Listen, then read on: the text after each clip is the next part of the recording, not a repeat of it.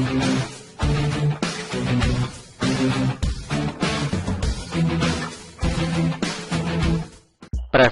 Jokowi kembali bicara soal politik identitas. Ada partai yang disenggol. Monas Hipmi menjadi trending dan sekaligus jadi bulan-bulanan netizen karena video perkelahian adu jotos hingga terjadi saling lempar alat catering antara beberapa orang yang kita tidak tahu siapa. Monas kali ini diadakan di Solo, digelar pada tanggal 21 sampai 23 November tahun 2022. Acara ini digelar sebagai salah satu rangkaian pemilihan Ketua Umum HIPMI tahun 2022 sampai tahun 2025.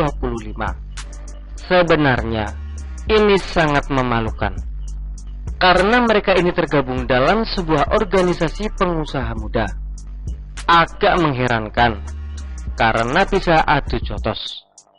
Masih belum diketahui apa penyebab perkelahian tersebut. Padahal sebelum peristiwa adu jotos itu terjadi, Jokowi hadir di sana dan memberikan banyak arahan kepada pengusaha hingga toko yang hadir saat membuka acara tersebut. Bahkan Jokowi sempat meminta agar semua pihak bisa menjaga situasi tetap adem. Saya titip, dalam kondisi dunia yang sangat rentan seperti ini, kita harus semua menjaga agar kondisivitas situasi politik itu tetap adem. Kalau bisa nggak paling banter ya hangat, tapi jangan panas, kata Jokowi.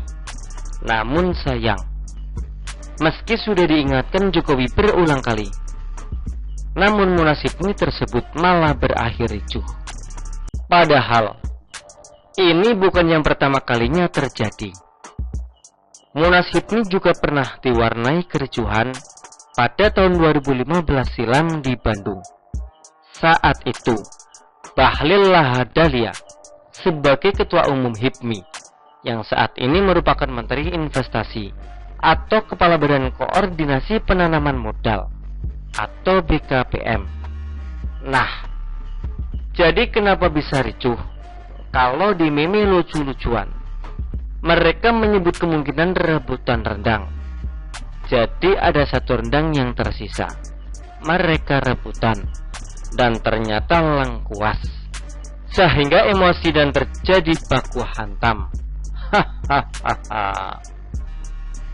Kalau menurut saya, ini mungkin karena panasnya perebutan kursi ketua umum. Ketua umum yang dulu bisa menjadi menteri saat ini.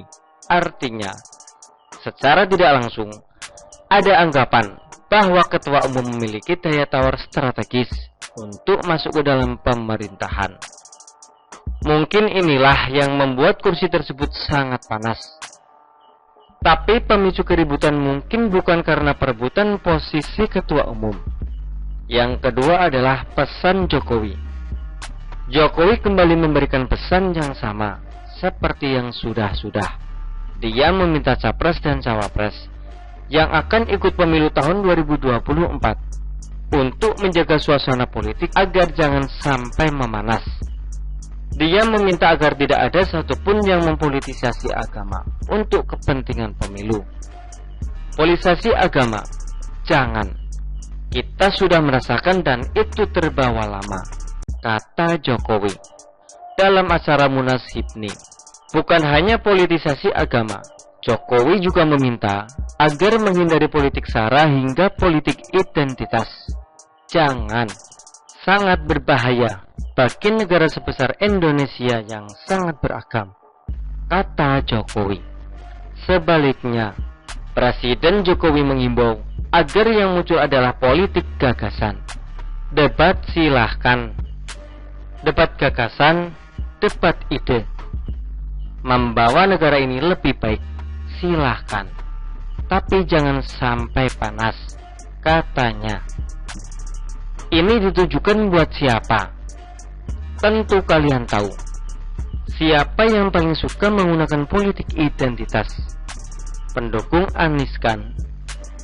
Siapa pula yang paling banyak mendapatkan keuntungan dari politik identitas? Anies juga kan? Anies saat ini diberi panggung besar oleh Nasdem. Jokowi seolah ingin memberi pesan telak kepada Nasdem agar jangan main-main. Buktinya sampai saat ini, Jokowi masih belum memberikan ucapan selamat ultah Nasdem. Padahal sesibuk-sibuknya Jokowi masih bisa hadiri Muktamar Muhammadiyah dan Munas HIPMI. Artinya, ini adalah kode kalau Nasdem dicuakin bahkan dilepahin Jokowi. Jokowi seolah menganggap Nasdem tidak pernah ada dan bukan urusannya. Dengan mengusung Anies, Nasdem seolah ingin memberi panggung kepada pendukung Anies untuk mengulangi masa kelam pilkada DKI tahun 2017 lalu. Ini adalah pesan kesekian kalinya dari Jokowi untuk pendukung Anies. Sebenarnya lebih ditujukan kepada Nasdem. Kalau Nasdem tidak diberi panggung dan karpet merah pada Anies, pintu peluang politisasi agama dan politik identitas lebih tertutup. Kalau masih badal, memang tidak ada melarang Nasdem, memang tidak ada yang melarang Nasdem mengusung Anies. Tapi jangan salahkan kalau Nasdem bakal pusing 7 keliling. Jika Jokowi memberikan kode berupa penghindaran terhadap Nasdem, berarti kita juga wajib mencontoh. Nasdem perlu dihindari karena bukan lagi Nasdem yang dulu. Biasanya insting Jokowi jarang meleset. Lihat saja Refli Harun, Rizal Ramli, Anies yang dipecat.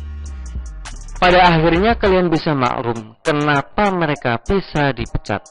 Begitulah kura-kura. Artikel ini diambil oleh siwo.com dan ditulis oleh X Hardy. Bagaimana menurut Anda?